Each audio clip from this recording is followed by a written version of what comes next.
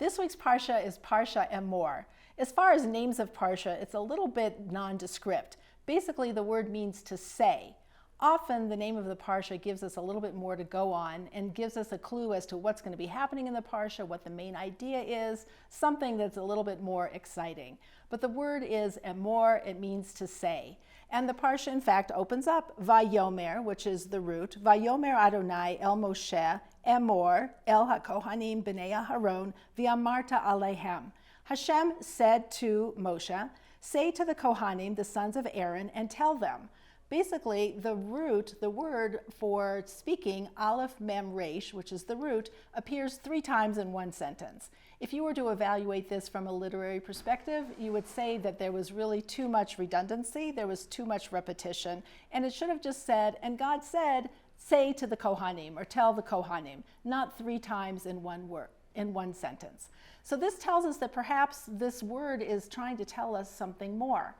This kind of speaking has to do with a particular kind of soft speech. It's not surprising to know that in Hebrew there are several words that describe talking. One is lemor, or Aleph Mem Resh, EMOR, which means to speak softly, to speak gently. Another word is midaber, or lidaber, which means to speak with a little bit more force. Or lehagid, which is related to the word Haggadah and is referring to, like our Haggadah from Pesach, and it means to speak forcefully.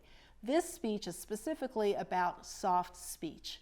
And who is being talked about in this opening verse of the Parsha? But the Kohanim. The Kohanim led by Aaron the high priest. Aaron, as we know from our tradition, was known for his soft speech. He was known to be able to be a person who was able to make peace between people. He would go from one person to the next, trying to encourage people to make up, to heal their relationships, and come back together. He spoke peacefully. He spoke with this root word, Aleph, Mem, and Resh. This kind of talk is the kind of talk that we are trying to cultivate in our own lives.